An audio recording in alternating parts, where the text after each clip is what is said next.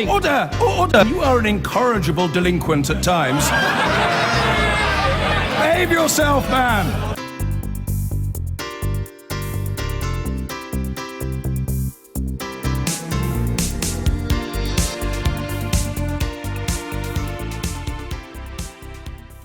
Thanks very much. Now, he was both chief propagandist and chief foreign recruiter of so-called Islamic State.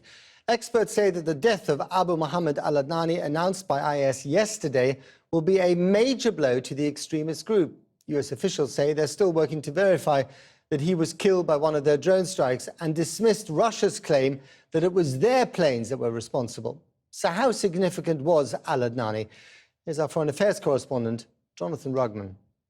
With a $5 million American bounty on his head, it's no wonder Abu Muhammad al-Adnani often kept his identity obscured.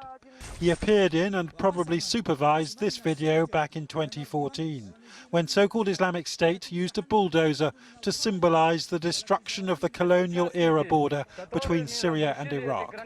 It was IS's heyday and a personal triumph for Adnani, who was born Syrian, yet had earlier fought with al-Qaeda in Iraq. After breaking this border, the border of humiliation, the answer will be a caliphate. I swear we will erase the borders from the map. Adnani was one of the world's most wanted terrorists because of his skill at online propaganda, inspiring and ordering attacks overseas. He repeatedly called on Muslims to attack the West. 2 years ago, he talked about running over Europeans with a vehicle. The lorry attack in Nice last month left 86 people dead, and followed this Adnani broadcast in May. If the oppressors have shut the door in your faces, then open the door of jihad in theirs. Truly, the smallest act you do in their lands is more beloved to us than the biggest act done here. It is more effective for us and more harmful to them. His CV on this jihadist website says he was twice a prisoner of American troops in Iraq and an al-Qaeda poet before becoming the spokesman of the so-called Caliphate of IS. Its headquarters are still here in Raqqa in Syria, but IS has not mounted a show of strength like this in many months. It's losing money and territory as well as people, facing airstrikes from a US-led coalition. Yet today, the Russians claimed Adnani was killed by one of their jets. American officials say that's a joke, that it was a US drone strike on his vehicle. We conducted a precision strike yesterday targeting Adnani near Al-Bab, Syria, and we are still assessing the results of that strike. Now, with regard to the Russians, we have no information to support Russia's claim that they also carried out a strike against Adnani, and I would just note that from the start, Russia, as you know, has spent most of its time, its military campaign, supporting and propping up the Assad regime. It has not devoted much, if any, effort that we're aware of targeting ISIL's leadership. The Americans are still to confirm Adnani's death, which IS announced yesterday. Even if IS replace him as expected, the loss of their chief propagandist and foreign recruiter is surely a significant blow. Jonathan Rugman. Well, someone who served at the highest level of US foreign policy is Leon Panetta. He was both head of the CIA and Secretary of Defense in the Obama administration and was at the heart of the Clinton administration as chief of staff. He joins us now from Monterey in California. Welcome on the program, Secretary Panetta. If I could ask, first of all, what you think of the killing of Mr. Adnani. Does that make a big difference in America's, or indeed the West's, war against ISIS?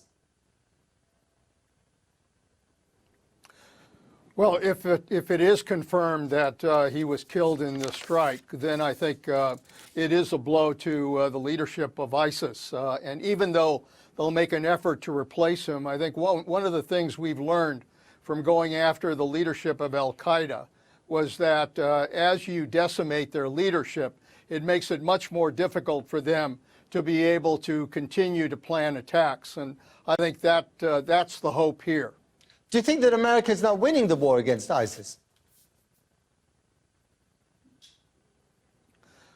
Well, I think we're making progress. I don't know about about whether or not we're winning yet, but we clearly are making progress in the effort to go after ISIS. We've deployed special forces there. We continue to conduct airstrikes. It is apparent that ISIS is beginning to move away from some of the territories that they were able to conquer. And so we are making progress, but it is very slow progress.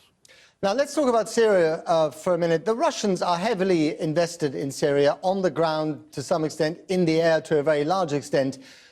Do you regret that the Russians seem to be filling a void left by the United States?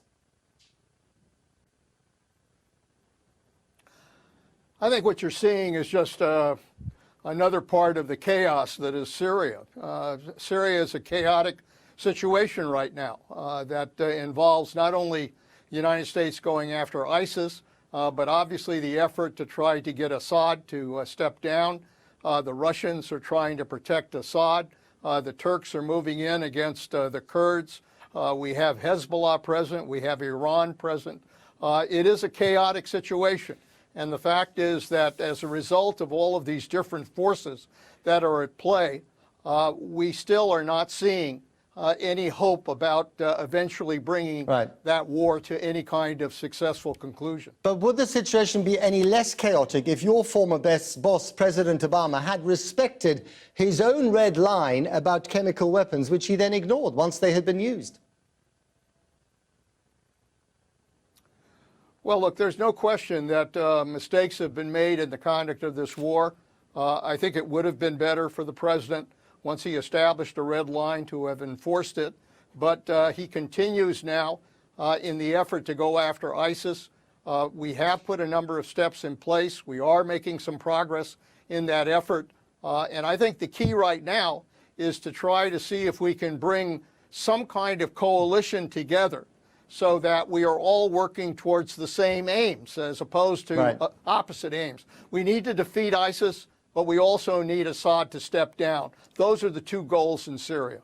Okay, you have said in the past quite clearly that if President Trump were to become a reality, if Donald Trump is elected, that he would be a security threat to the United States and the world. Do you really believe that?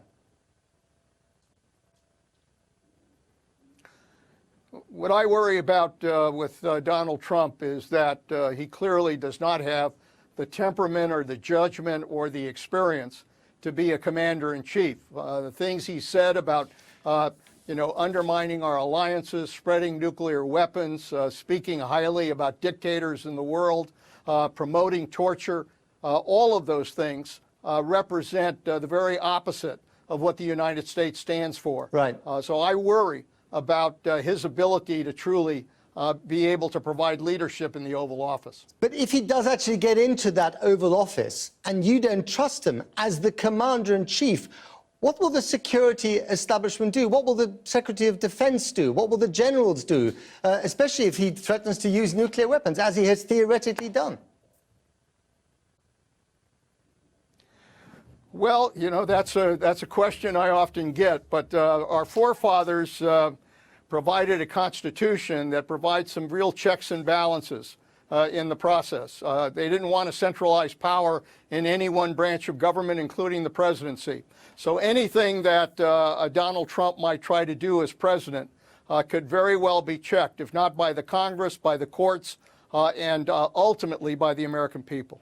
Very briefly, in one line, Secretary Panetta, would a President Trump be a bigger threat to American security than ISIS?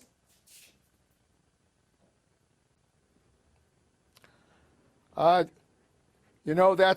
not a choice that I think anybody wants to make because, frankly, both represent a threat to our security in the future. Donald Trump would, as 50 Republican national security individuals said, would be a disaster in terms of being commander-in-chief. But we also face the threat from ISIS. I think we're strong enough in America to make the right decision here, defeat Trump, and proceed in the war against ISIS. I'm confident we'll do that. Okay, Secretary Panetta, thank you very much indeed.